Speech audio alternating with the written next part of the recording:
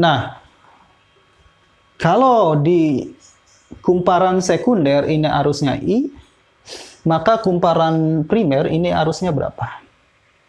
Ingat bahwa arus masukan itu berbanding terbalik dengan perbandingan kumparannya. Sehingga kalau di sini I, ya, maka di sini MD kali I, ya. Kali I.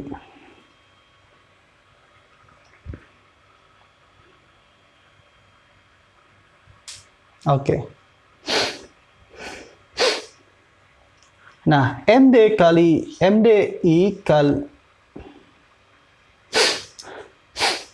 ini kan resistor ya. Oke. Nah, tegangan di resistor 1, tegangan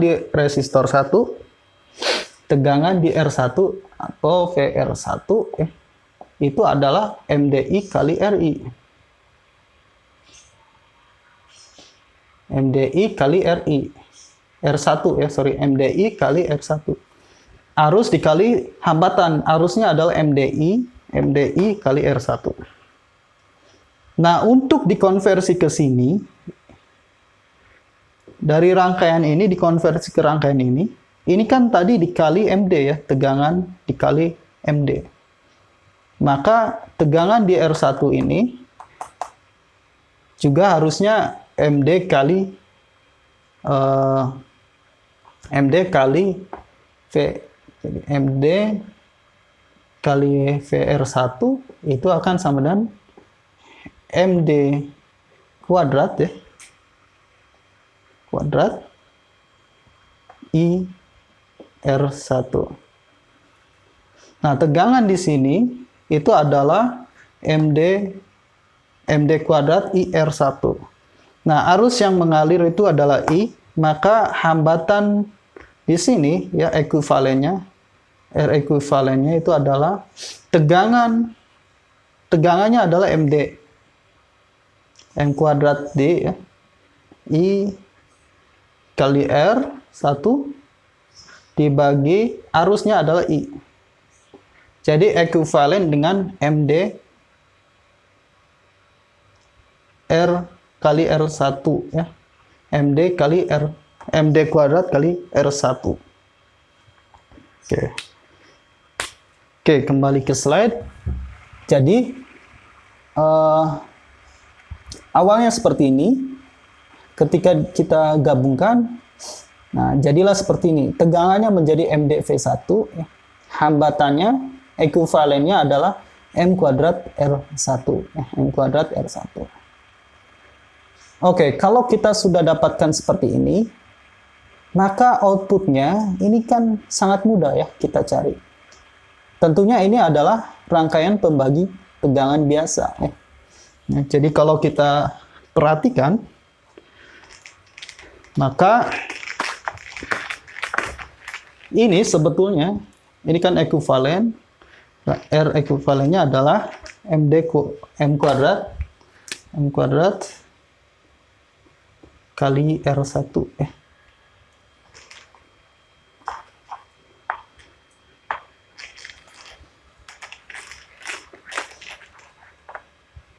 Ini kan seperti pembagi tegangan biasa ya.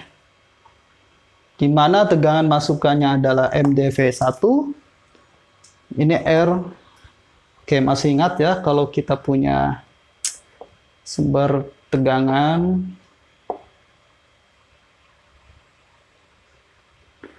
R2, R1, V, maka tegangan di sini VO misalnya, VO sama dengan R2 per R1 tambah R2 kali V. Ini adalah pembagi tegangan biasa ya. Jadi kalau lupa silakan cek kembali rangkaian elektriknya, rangkaian listriknya. Di kuliah rangkaian listrik ya, mestinya sudah dipelajari pembagi tegangan biasa. Nah, ini juga sama, maka tegangan keluarannya V ini akan sama dengan R dibagi total hambatannya adalah M kuadrat D R1 ditambah R ya. Dikali tegangan masukan. Masukannya apa? MD 1. Oke, jadi ini bisa kita dapatkan bahwa hubungan tegangan output dan tegangan masukannya itu adalah seperti ini. Ya.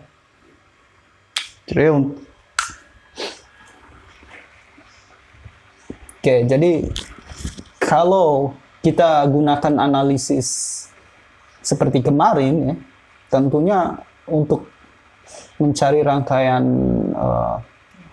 dengan adanya R1 ini ya, tentunya akan menjadi lebih kompleks ya.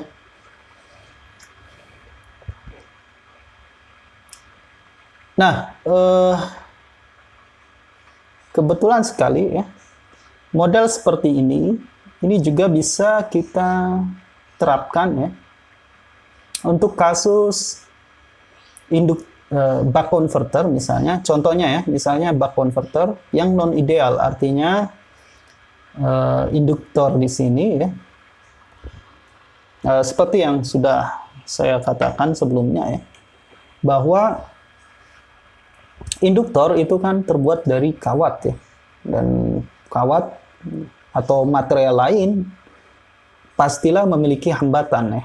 Jadi walaupun kecil, kalau misalkan bebannya tidak begitu hambatan di bebannya ini tidak begitu besar, tentunya dia akan berkompetisi dengan RL ya. Jadi tentunya kalau bebannya sangat besar, maksudnya R-nya sangat besar ya, R-nya sangat besar, hambatannya sangat besar ya, RL ini bisa terabaikan ya, karena sangat kecil. Nah, kemarin kita sudah mempelajari buck converter ideal ya, tanpa RL di sini. Nah, jadi kalau kita ingat kembali ya,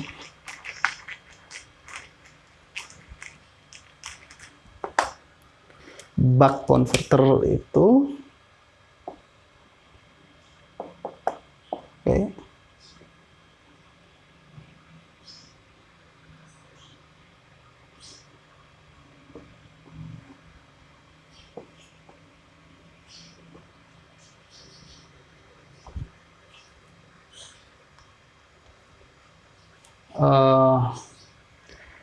ini bus converter ya, sorry.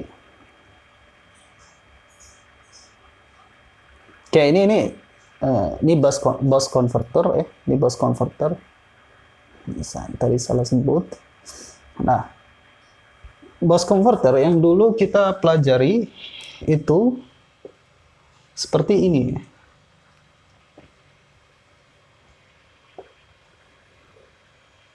Oke. 1, 2. Ini adalah switch-nya. Kemudian tegangan outputnya ada di sini. Output ya, tentu ini R beban ya. Kemudian induktor L, kapasitor, dan ini VG. Kita sudah dapatkan ya hubungan antara V per VG, atau ini sebetulnya adalah fungsi Ali ya, atau faktor konversinya. Ini adalah D per 1 min D ya.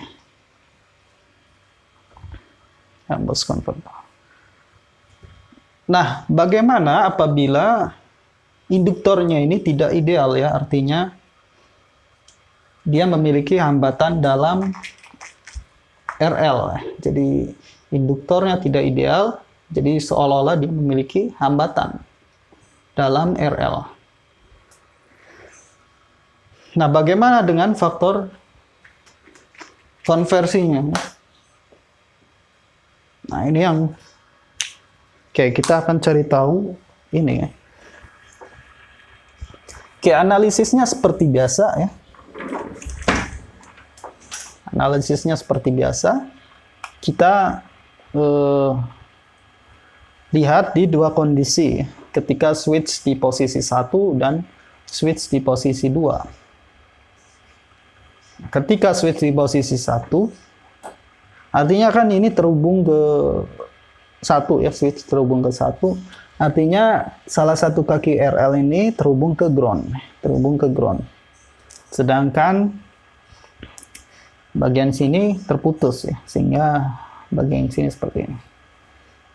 Nah, ketika switch di posisi 2, tentunya rangkaiannya akan menjadi seperti ini. Oke. Nah, kalau kita analisis saat di posisi 1, pertama kita tinjau tegangan induktor. Nah, tegangan di induktor tentu di sini adalah selisih antara tegangan masukan dikurangi tegangan yang diambil oleh RL ya.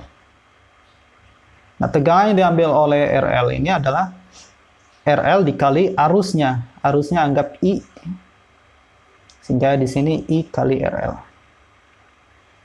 Kemudian arus di kapasitor ya tentunya juga sama dengan arus yang melewati beban R ini. Nah, arus yang melewati beban R tentunya adalah tegangan dibagi R. Tegangan dibagi R. Nah, minus karena arahnya ke sini. Oke. Selanjutnya seperti biasa, aproksimasi ripple kecil ya. I fungsi waktu diganti dengan I rata-rata ya. Tegangan fungsi waktu ya juga diganti dengan tegangan rata-rata. Nah, bagaimana dengan switch di posisi 2? Tentu sekarang tegangan di induktor ini akan sama juga dengan tegangan di VG dikurangi tegangan yang diambil oleh RL dan tegangan yang diambil di sini ya. Atau kita lihat tegangan di sini adalah V. Sehingga di sini VG dikurang I arus ya dikali RL itu adalah tegangan di RL ya. Dikurangi tegangan output. Dan seperti biasa aproksimasi ripple kecil, maka arus jadi I rata-rata dan tegangan menjadi V rata-rata. Kemudian bagaimana dengan arus di kapasitor ya? Sekarang arus itu terbagi menjadi 2 ya. Pertama, arus yang masuk dari I ya. Ini masuk selain masuk ke kapasitor juga masuk ke bagian beban. Sehingga arus di kapasitor ya tentunya arus total dikurangi arus yang diambil oleh beban R. Nah, arus yang diambil beban R ya tegangan dibagi R itu sendiri. Kemudian aproksimasi ripple kecil, I jadi rata-rata I, ya. V-nya jadi rata-rata, V rata-rata.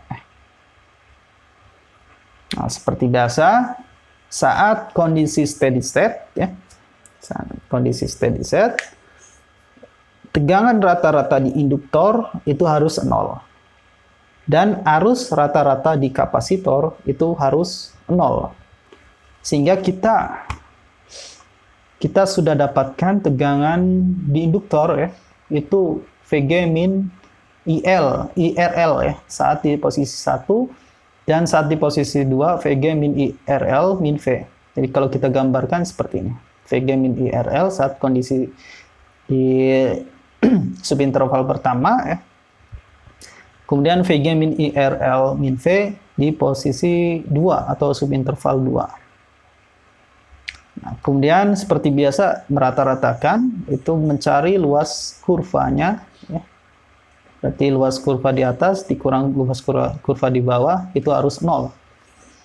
Nah, kalau dicari maka kita dapatkan persamaan ini. persamaan ini. Yang kedua, untuk arus di kapasitor, ya, seperti biasa, saat di posisi 1, arus kapasitor min V per R. Saat di posisi 2, I min V per R. Jadi kalau kita gambarkan seperti ini. Nah, arus rata-ratanya juga sama ya, kita cari dari selisih atau jumlah luas di bawah kurva ya. Artinya luasan ini negatif ya karena di bawah sumbu ditambah luas kurva yang di atas sumbu. Nah, di sini persamaannya seperti ini. Nah, rata-ratanya ini harus 0 sehingga kita dapatkan hubungan ini. Nah, dari sini ya, kalau rata-ratanya 0 ini kita akan dapatkan persamaan ini. Oke, jadi kita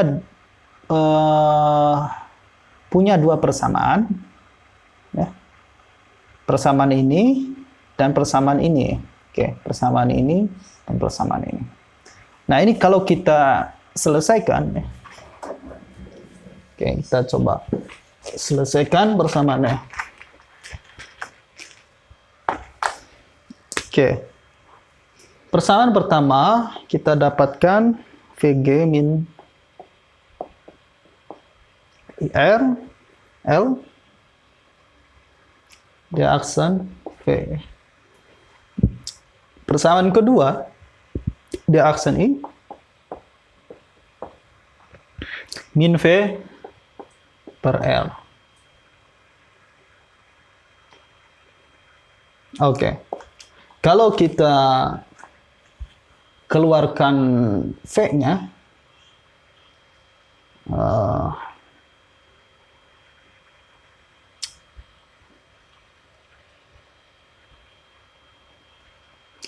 I kita bisa dapatkan dari sini ya.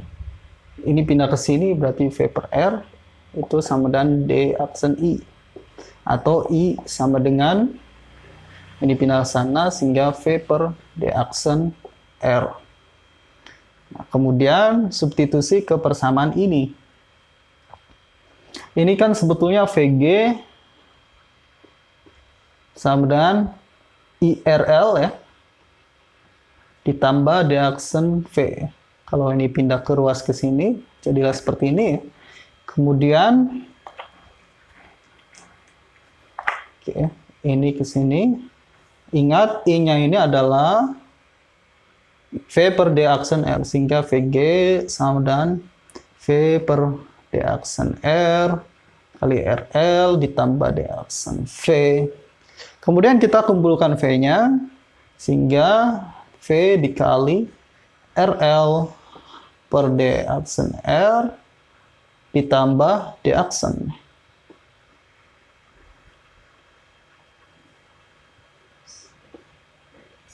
Oke.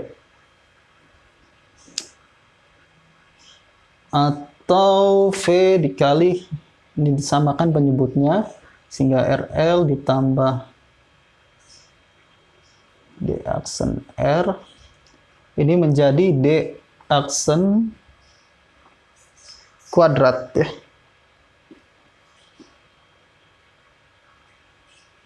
R. Oke, seperti itu ya.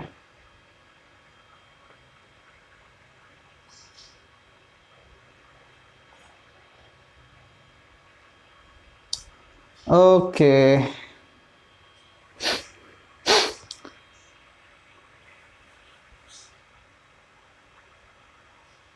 Oke, lalu kita balik ya. V per VG, berarti ini ke sana. Sehingga V per VG itu akan sama dengan 1 per ini. Atau kita balik.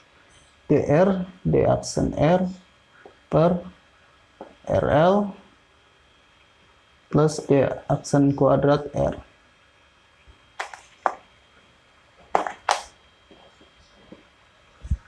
Nah, oke.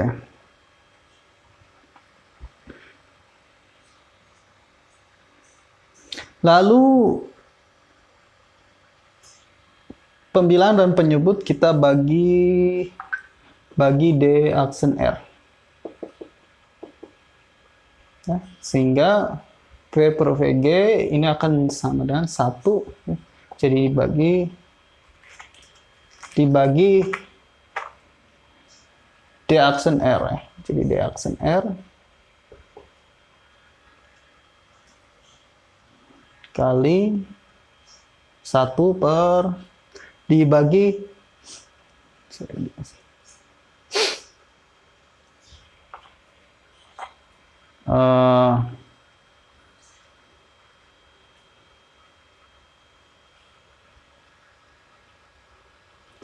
di D aksen R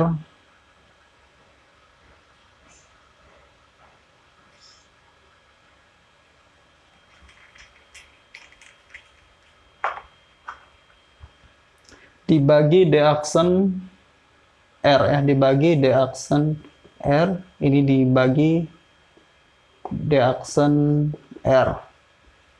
Artinya ini 1 ya, per RL dibagi D aksen R ya, RL per D aksen R. Oke.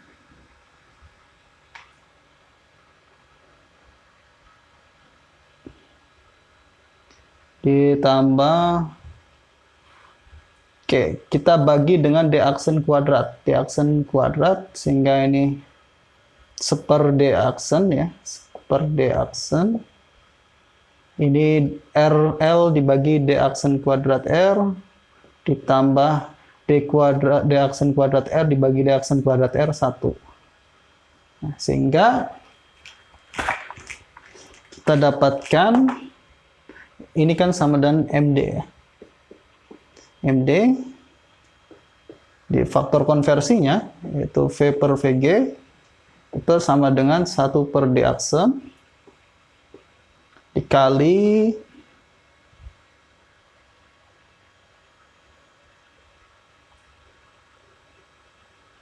RL dikali 1 per 1 plus RL per D aksen R kuadrat ya. Oke. Nah, coba bandingkan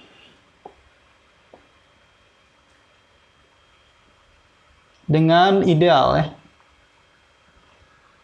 Ingat Bose converter ideal itu faktor konversinya ya, Bose converter ideal itu adalah 1 per D aksen ya. Nah, sedangkan ketika ada kontribusi hambatan dalam ya, hambatan dalam RL ini menjadi ada suku ini ya. Ada suku seper 1 plus RL per D aksen kuadrat R. Tentunya kalau RL 0, kalau RL-nya 0, bisa dilihat persamanya kalau ini 0, 0 dibagi ini 0, jadi 1 plus 1 per 1, 1 ya. Kembali ke bentuk persamaan ideal ya. Ketika RL-nya 0, maka persamaan ini itu akan kembali ke bentuk idealnya. Nah, menariknya adalah dari persamaan non-ideal seperti ini, dari persamaan ini, kita sudah menemukan perbedaan yang cukup jelas ya, antara kondisi ideal, yaitu RL-nya 0 ya. RL-nya 0, ini kan kurvanya terus meningkat terus ya, terus-terusan naik. Tetapi ketika ada RL, ya, RL-nya tidak sama dengan 0, ini kurvanya mengalami penurunan kembali. Dan duty cycle 1, artinya 100%, ini selalu 0 ya. Responnya selalu 0. Nah, ini seperti yang sudah saya ceritakan ya. Bahwa ketika duty cycle 100%, artinya kan switch-nya selalu di posisi 1 ya. duty cycle 100%, artinya switch-nya selalu di posisi 1. Artinya, kalau selalu di posisi 1, maka bagian output ini tidak memiliki hubungan dengan sumber. Nah, kalau ini tidak memiliki hubungan dengan sumber ya, saat posisi 1, nah bagaimana bisa saat duty cycle 100% dia memiliki keluaran ya. Nah, jadi jelas ya, ketika 100% duty cycle-nya ini kan selalu terputus, maka output pasti 0 ya, karena tidak menerima daya masukan dari sumber gitu ya. Jadi di sini sangat masuk akal ketika duty cycle-nya 100%, faktor konversinya juga 0 ya. Oke, sehingga kalau kita pahami ya, bahwa kontribusi RL ini sebetulnya tidak bisa kita abaikan ya. Tidak bisa kita abaikan. Nah, setidaknya kita libatkan dalam perhitungan. Tentunya memang untuk hitung cepat ya, kalau kita dalam mendesain suatu konverter ya. Tentunya kalau untuk hitung cepat ya, kita bisa abaikan RL. Tapi untuk analisis yang lebih lanjut ya, kita harus perhitungkan hambatan dalam dari induktor ini. Nah, tentunya secara analitik kita bisa turunkan hubungannya seperti ini. Tapi kalaupun misalkan rangkaiannya lebih kompleks, kita bisa cari tahu fungsi konversinya melalui simulasi menggunakan software. Oke, jadi ini yang kita dapatkan. Nah, kita bisa mengkonstruksi rangkaian ekuivalen dari bus converter seperti ini. Jadi, pertama, kalau kita menggunakan model dependent sources, kita bisa lihat bahwa persamaan ini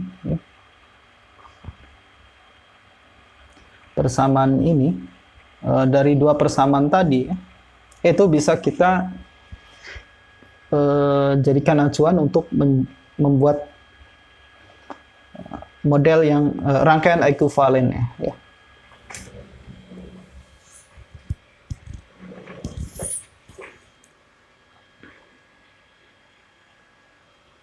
Oke, jadi kalau kita perhatikan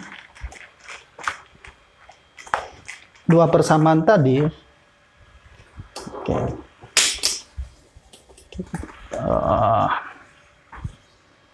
kita tulis ulang ya. Kita VG min I R1 RL kurang D aksen V ini sama dengan 0 ya. Persamaan kedua itu adalah D aksen I min V per R sama dengan 0. Nah, dari dua persamaan ini bisa kita bangun model dependent sources-nya. Pertama kita lihat bagian dari subinterval pertama ya. Ini kita dapat dari tegangan induktor ya. Tegangan induktor. Oke, kalau kita perhatikan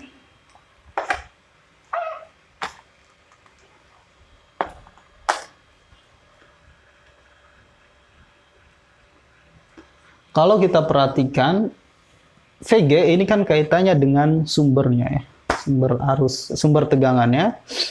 Kemudian IRL ini adalah tegangan yang terbuang, artinya tegangan yang diambil oleh RL ya.